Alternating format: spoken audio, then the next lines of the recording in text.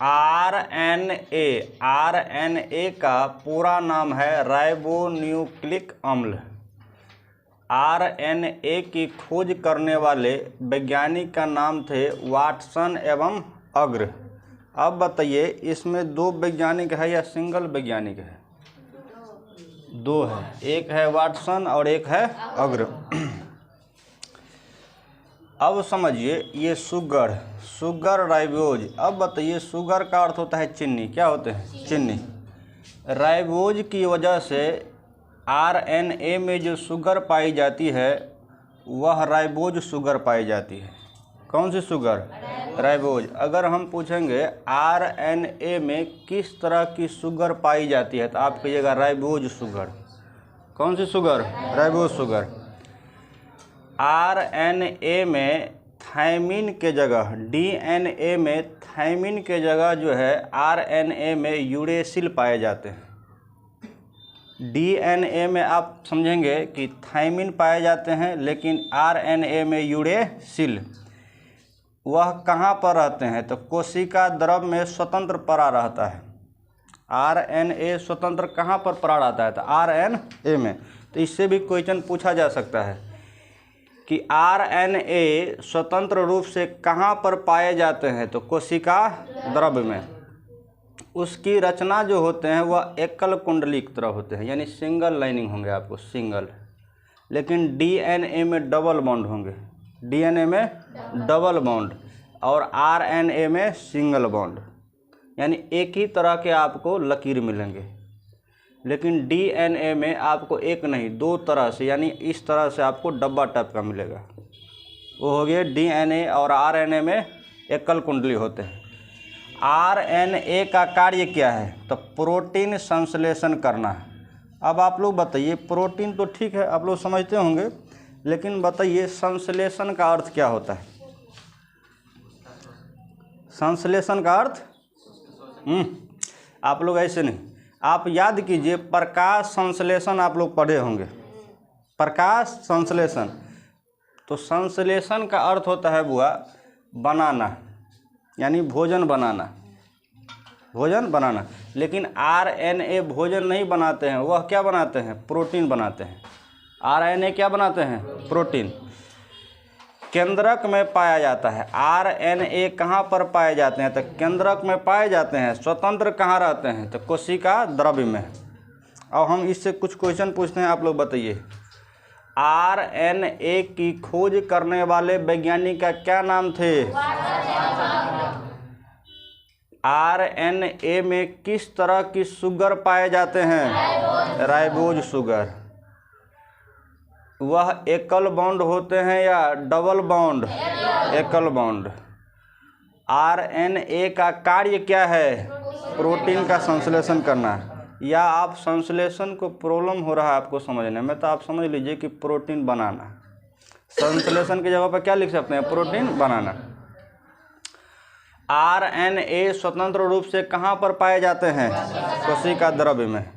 और वह कहाँ पर पाए जाते हैं? केंद्रक में। पाए जाते हैं केंद्रक में, लेकिन स्वतंत्र रूप से कहाँ पर रहते हैं? कोशिका द्रव्य में। 1 प्रोटीन बराबर, आप लोग ऑब्जेक्टिव में याद किए होंगे, 1 प्रोटीन बराबर कितने एमिनो एसिड? एक प्रोटीन कितने एमिनो एसिड को मिलाकर बनाया जाता है? 20 एमिनो एसिड बराबर 1 प्रोटीन। कितने? 1। आप लोग याद रखिएगा, ऑब्जेक्टिव में ये क्वेश्चन आते रहते हैं कि 1 प्रोटीन बराबर कितने एमिनो एसिड? तो 20 एमिनो एसिड। कितने? 20। यहाँ पर देखिए 10 आना आवश्यक है, जो शरीर में पहले से मौजूद रहते हैं, और 10 जो है आवश्यक है। मार्क कर लीजिए जरा सा। 10 क्या है? आवश्यक है। वह 10 पहले से आपके बॉडी में रहते हैं। अगर मान लीजिए आपके बॉडी में एमिनो एसिड की कमी हो गई तो किसी न किसी तरीके से आपको वह एमिनो एसिड बॉडी के द्वारा ही आपको क्या हो जाएंगे? प्राप्त हो जाएंगे। आपको इसके लिए बाहर से कुछ लेने की ज़रूरत नहीं है। आप सप्लीमेंट नहीं ले सकते हैं, भोजन नहीं कर सकते हैं, फिर भी आपको एमिनो एसिड 10 को पूर्ति कर देंगे आपका बॉडी। कौन कर देंगे पूर्ति? बॉडी। तो हम आपसे पूछ सकते हैं कि कौन से एमिनो एसिड है जो आपके बॉडी में पहले से विद्यमान है। तो हम ऊपर में लिख दिए हैं, आप लोग देख रहे थे। फिर हम बोलेंगे कि 10 एमिनो एसिड जो है जो भोजन के द्वारा आपको प्राप्त होते हैं, वह 10 एमिनो एसिड कौन कौन से हैं। तो वह आगे लिखा गया है यहाँ पर। लेकिन इससे पहले समझिए RNA को वह कितने भाग है, तो 3 भाग, mRNA, tRNA और rRNA। फिर से आप गौर से देखिए, यहाँ पर कैपिटल M जो है ये आप समझिए स्मॉल m है। क्या है? स्मॉल m, स्मॉल t और स्मॉल r। लेकिन RNA को कभी भी आप स्मॉल से नहीं लिखेंगे। स्मॉल से लिखेंगे तो क्या हो जाएंगे? गलत। RNA को हमेशा आप किससे लिखेंगे? कैपिटल से। अब समझिए M फोर है messenger, M four, T four transfer और R four ribose, R four ribose. अब समझिए ये तीनों का क्या काम है। जैसे आप भोजन करते हैं, मुख में लिए, मुख से आपको आहार नाल के द्वारा आपको अंदर जा रहे हैं भोजन। अब बताइए यहाँ पर कौन है जो 10 पर जो आपको एमिनो एसिड भोजन के द्वारा प्राप्त होते हैं, उस एमिनो एसिड को पकड़ेंगे, खोजेंगे, तब तो कोई काम कराएंगे ना। जब तक खोजेंगे नहीं तो काम कैसे होंगे। तो मैसेंजर क्या है? मालिक है। मैसेंजर मालिक, यानी वह कुर्सी लगाकर बैठे रहते हैं। आप हेड भी कह सकते हैं, आप इसे विद्वान भी कह सकते हैं, इंजीनियर भी कह सकते हैं। यानी वह कुर्सी लगाकर बैठे हुए हैं। जैसे ही आप भोजन को मुंह में लेते हैं और जैसे ही वह अंदर जाते हैं तो वह आराम से टुकुर टुकुर देखते रहते हैं, कहते इधर आ, इधर आ, इधर आ। जैसे उसको जो है एमिनो एसिड मिलेंगे तो कहेंगे इधर आ, किधर जा रहा है, इधर आ। लेकिन रियल में वह कोई काम नहीं करते हैं, वह सिर्फ कहता है इधर आ। पहचानने के काम कौन करते हैं? तो मैसेंजर। एमिनो एसिड की पहचानने के काम कौन करते हैं? मैसेंजर। जैसे ही एमिनो एसिड को वह बुला लेते हैं तो फिर वह किसको बुलाएंगे? tRNA को, यानी ट्रांसफ़र करने वाले को। कहेंगे टी किधर गए हो, यहाँ आ जाओ। टी दौड़ कर जाएंगे, क्योंकि वह कौन है? मजदूर है। तो मजदूर कहाँ जाएंगे? मालिक के पास दौड़ कर जाएंगे, कहेंगे मालिक क्या बात है, हम कुछ एमिनो एसिड को रखे हैं, उसको लेकर के कहाँ पहुँचा दो? rRNA के पास। किसके पास? rRNA के पास, क्योंकि यही राइबोज क्या करेंगे? आपको प्रोटीन को बनाएंगे। यानी वहाँ पर बनाने के काम कौन करते हैं? तो rRNA। पहुँचाने के काम कौन करते हैं? tRNA। और पहचानने के काम कौन करते हैं? mRNA। तो हम पूछेंगे आप लोगों से क्वेश्चन कि बताइए एमिनो एसिड को पहचानने की काम किसका है? तो आप कहेंगे mRNA। ट्रांसफ़र करने का काम किसका है? tRNA। बनाने का काम किसका है? rRNA। rRNA स्मॉल से लिखा जाता है या कैपिटल से? स्मॉल r से। किससे? स्मॉल r से। अब समझिए यहाँ पर RNA को तोड़ने पर क्या बनता है? तो प्रोटीन बनता है। क्या बनता है? प्रोटीन। भोजन के द्वारा 10 एमिनो एसिड कौन कौन से मिलते हैं? यहाँ पर ट्रिक में देखिए, VIP हॉल में TT। क्या लिखा गया है? VIP हॉल में TT। अब देखिए V4 है आपका वैलिन, I4 है एसोलिन, P4 है फेनालानाइन, फेनिलालानिन। अगला है H4 है हिस्टाडीन, A4 है अर्जेन, L4 है लेग्वेसिन, L4 है लाइसिन। में से है मेथोनाइन और T से है थ्योरीनिन और T4 है ट्राइफोनिन। अगला समझिए ट्रिक है अगला आपका, जो आपको शरीर के अंदर जो पहले से 10 एमिनो एसिड मौजूद रहते हैं वह इस प्रकार है। सटजा ACPG, सटजा ACPG। S से है सेरीन, S4, या तो आप सेरीन पढ़िए या सीरीन पढ़िए, जिस तरह से पढ़िए। A से है एस्पार्जिन। क्या है? एस्पार्जिन।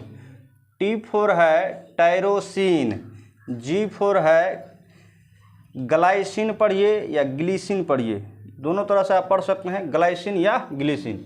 G4 है ग्लूटामीन, ए फॉर है एस्पार्टिक। अगला है ACP में A for alanine, C for है सिस्टीन, सिस्टीन है ना। अगला देखिए, आप जिस तरह से पढ़िए, सिस्टीन पढ़िए या कैस्टीन पढ़िए, है ना। अगला है P फॉर है प्रोलीन और G फॉर है ग्लूटेमिक, ग्लूटेमिक। फिर से एक बार देखिए हुआ, भोजन के द्वारा 10 एमिनो एसिड कौन कौन से मिलते हैं? तो VIP हॉल में TT, VIP, V for valine, V for valine, I for isoleucine, P for phenylalanine. अगला H for histidine, A for arginine, L for leucine, L for lysine, में से मेथोनाइन, T से थियोरोनाइन और T से ट्राइफोफैम, है कि नहीं है। अब चलिए हम बारी बारी से पूछते हैं, आप लोग बताइए कुछ बात। RNA को कितने भागों में बांटा गया है? 3 भागों में। ट्रांसफर करने का काम किसका है? पहचानने का काम? प्रोटीन बनाने का काम? कितने एमिनो एसिड को मिलाकर 1 प्रोटीन बनाया जाता है? 20। कितने? आपके शरीर में कितने एमिनो एसिड पहले से मौजूद रहते हैं? 10। भोजन के द्वारा कितने एमिनो एसिड प्राप्त होते हैं? इस 10 का ट्रिक क्या है? VIP हॉल में TT, VIP से बोलिए VIP, बोलिए V फॉर, बोलिए ना, V for, I for isoleucine, isoleucine, P for phenylalanine, double लाला नहीं पढ़िए, है ना, phenylalanine. H for histidine, A for arginine, L for, अगला L फॉर लाइसिन, में से मेथोनाइन, T फॉर, फिर से बोलिए तो थियोरीनाइन,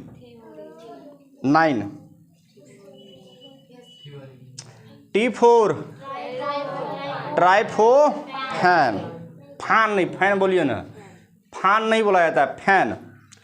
अगला, शरीर के अंदर जो पहले से 10 एमिनो एसिड रहते हैं उसका ट्रिक क्या है? सट जा ACPG। अब बताइए, सट का S फॉर सेराइन नहीं, सीरीन पढ़िए, सीरीन। ऐसे आप याद किसी तरीक़ा से कर सकते हैं, कोई दिक्कत नहीं है, लेकिन सीरीन पढ़िए। A for asparagine, T for tyrosine, क्या है? टायरोसिन। अब है जा, G फॉर ग्लाइसिन, अगला G for glutamine, A for aspartic, अगला है ACP, A for alanine, C for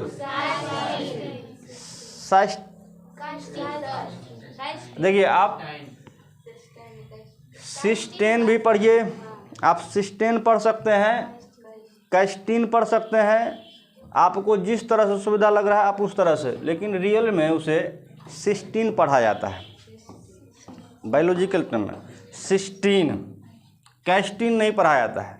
कैस्टीन आप ग्रामेटिकल तौर में याद करेंगे इसे, जब ग्रामेटिकल टर्म याद करेंगे वर्ब नॉन, तो आप जो है कैस्टीन पढ़िए, लेकिन रियल में जब आप बायोलॉजिकल टर्म पढ़ेंगे तो उसे सिस्टीन पढ़ा जाता है, सिस्टीन। अगला P फॉर प्रोलीन, अगला G4 ग्लूटेमिक। तो यही था आपका RNA। क्या था वो? RNA। अब है आपका DNA। तो इसी से मिलता जुलता क्या है?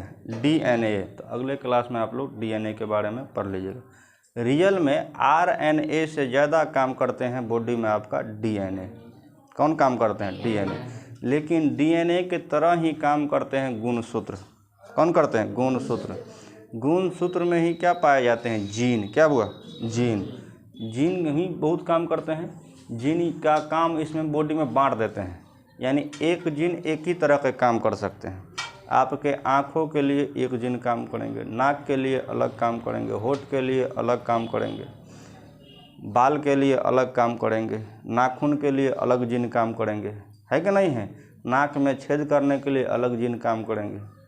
नहीं तो नाक सांस लेने वाला है, उसको बूंद देंगे तो क्या होगा? मुंह से कितना सांस लेंगे लोग, है कि नहीं? मक्खी उखी जाएंगे, सब अंदर चल जाएगा। नहीं चल जाएंगे? और ऐसे भी आप देखते होंगे रात को लोग खनाटे लगता, अगर मान लीजिए हल्का फल्का कोई मच्छर है, आराम से मुंह के अंदर चले जाएंगे। और चले जाते भी हैं। कितने बार देखते होंगे रास्ते में आप जाते रहते हैं, तो है कि नहीं है? मुंह बाजे तो मुँह में चले जाएंगे। गाड़ी पर गाड़ी वाले को तो इसीलिए मुंह को बूंद कर चलाइए तो ठीक है, लेकिन पराग खाने वाला का तो ठीक रहता नहीं है, कभी वो मुँह बांध देता है कि नहीं? तो जीन भी बहुत ज़्यादा काम करते हैं। इसी तरीक़ा से DNA भी काम करेंगे। तो DNA और जीन है, तो दोनों आदमी मिल के रियल में काम करते हैं, है कि नहीं? तो DNA टॉपिक अच्छे टॉपिक है। तो इसके बाद आप DNA समझेंगे। RNA आपने समझ लिए, क्योंकि जीन को काम करवाने वाले भी तो कोई चाहिए। अगर काम करवाने वाले अगर अच्छे नहीं होंगे तो आप बताइए क्या करने वाले अच्छे काम करेंगे? घोड़ा से रेस जीते जा सकते हैं या घुड़सवार से? घुड़सवार से, है कि नहीं है? लेकिन एक बात बताइए, तो ठीक है घुड़सवार से रेस को आप जीत सकते हैं, अगर घोड़े ही आपको अव्वल पकड़ा जाए तब भी नहीं जीत सकते हैं। रियल में दोनों सही होना चाहिए, घुड़सवार भी सही होना चाहिए और घोड़े भी सही होना चाहिए, है कि नहीं है? ऐसे लोगों को वैल्यू चला जाता है किसके पास? घुड़सवार के पास। लेकिन रियल में अगर घोड़ा ही सार्थक ना हो तो क्या घुड़सवार आप खुद दौड़ेंगे बुआ? इसीलिए ये जो कोई कहता है कि घुड़सवार अच्छे होने चाहिए तो ही आप रेस जीत सकते हैं, तो हम कहते हैं ठीक है, लेकिन घोड़ा भी आपको सही होना चाहिए। ऐसा नहीं कि आप एक ही आदमी को बना दीजिए, है कि नहीं है? अगर मान लीजिए कोई अनट्रेन घोड़ा को ले आएंगे वो, इस पर बैठा देंगे, रेस में लगा देंगे, क्या कितना घुड़सवार कूदेगा तो क्या हुआ? घोड़ा दे पाएगा बुआ? रेस जिता पाएंगे? नहीं जिता पाएंगे। इसके लिए भी घोड़े को ट्रेंड पहले से किया जाता है। जो रेस वाले घोड़े होते हैं उसे पहले से ट्रेंड किया जाता है, तो ही वह रेस में सही से सक्सेस होते हैं। अन्यथा किसी भी घोड़ा का आप दौड़ा दीजिए ना, जेपटार भागेंगे, वह नहीं भागेंगे। तो यही है। तो जीन भी काम करते हैं किसी न किसी को कहने पर। जीन ऐसे काम नहीं करते हैं, तो वह जीन किसके कहने पर काम करते हैं? तो DNA के कहने पर। किसके कहने पर? DNA के कहने पर। जीन जैसे जैसे उसको बताएंगे वैसे वैसे वह जाकर वहाँ काम करते हैं। जैसे मान लीजिए ना कि कोई बढ़ी आपके यहाँ काम करने के लिए आ गए, तो एक हेल्पर को लेकर के आते हैं। हेल्पर में आधा पैसा, कुछ पैसा देते हैं हेल्पर को, कुछ पैसा रख लेते हैं खुद। हेल्पर को जैसे जैसे कहेंगे वैसे वैसे वह काम करते हैं। तो वहीं जीन क्या है? हेल्पर है। क्या है? हेल्पर। तो आपके आँख मुँह कैसे बनते हैं समझ में आया बुआ? आपके आँख मुँह बनाने वाले कौन है? जीन। करवाने वाले कौन है? DNA। करवाने वाले DNA, करने वाले जीन। किसी को होठ ज़्यादा मोटा क्यों हो जाते हैं? क्योंकि जीन को पता ही नहीं रहता है। किसी के होठ महिला देख ली जा करके, कहा मैयो गे मैयो इसकी होठ कितनी मोटी है गे। अब जीन समझ गया हम पतले कर रहे हैं क्या, थोप दिया ज़्यादा करके, अब लो तुम्हारा होठ हो गया आलू की तरह। भूमिका चावला की होठ कितनी मोटी है? तेरे नाम में जो हीरोइन है, तेरे नाम फिल्म में, वाह रे वाह इतना मोटा, सुंदर लगती है देखने में। हीरोइन है तो सुंदर लगेगी ही, फिल्टर उल्टर पोत लेती है तो सुंदर लगेगी कि नहीं लगेगी? है ना? लेकिन इसकी होठ बहुत मोटी है, बहुत। किसी किसी फीमेल या मेल को भी देखेंगे होठ अजीब लगते रहता है देखने में, किसी किसी को पतला रहता है तो ठीक लगता है देखने में। तो वह जीन उस समय जो है महिलाओं को अट्रैक्टिव मायने रखता है। आप किसी को देख करके हंस दिए और आपको उस समय जीन आपके बॉडी में काम कर रहे हैं मान लीजिए, तो वह नर्वस हो जाते हैं। आप जैसे हैं कहे ये देखने में कैसे लग रहा है, काला, जीन समझ गया हम गोरे कर रहे हैं क्या, पोत दिया काला, अब वो हो गया काला। बच्चा क्या जन्म ले लेंगे, काले। समझ रहे बात। लेकिन गुणसूत्र में इसीलिए महिलाओं को जब गर्भ रहती है तो कहा जाता है कि महिलाओं को अच्छे अच्छे भोजन कीजिए, अच्छे अच्छे आप फिल्म को देखिए, अच्छे कहानी को पढ़िए। दूल्हा को कहा जाता है कि आप उसे पीटिए नहीं, आप उसको जो है अच्छे से रसगुल्ला लाकर खिलाइए, मुरही चॉप खिलाइए, है कि नहीं है, ताकि बच्चा सुरक्षित हो सके। तो ये बात आप लोग भी याद रखिए। नारियल का पानी पिलाइए, बच्चा साफ़ होंगे। काजू किशमिश खिलाइए, बच्चे तंदुरुस्त होंगे, दिमाग का तेज होंगे। ज़्यादा चावल वावल मत खिलाइए, महिला सब खा खा के बच्चों को दबा देती है कि नहीं है, तो उस सब पर भी ध्यान रखना होता है।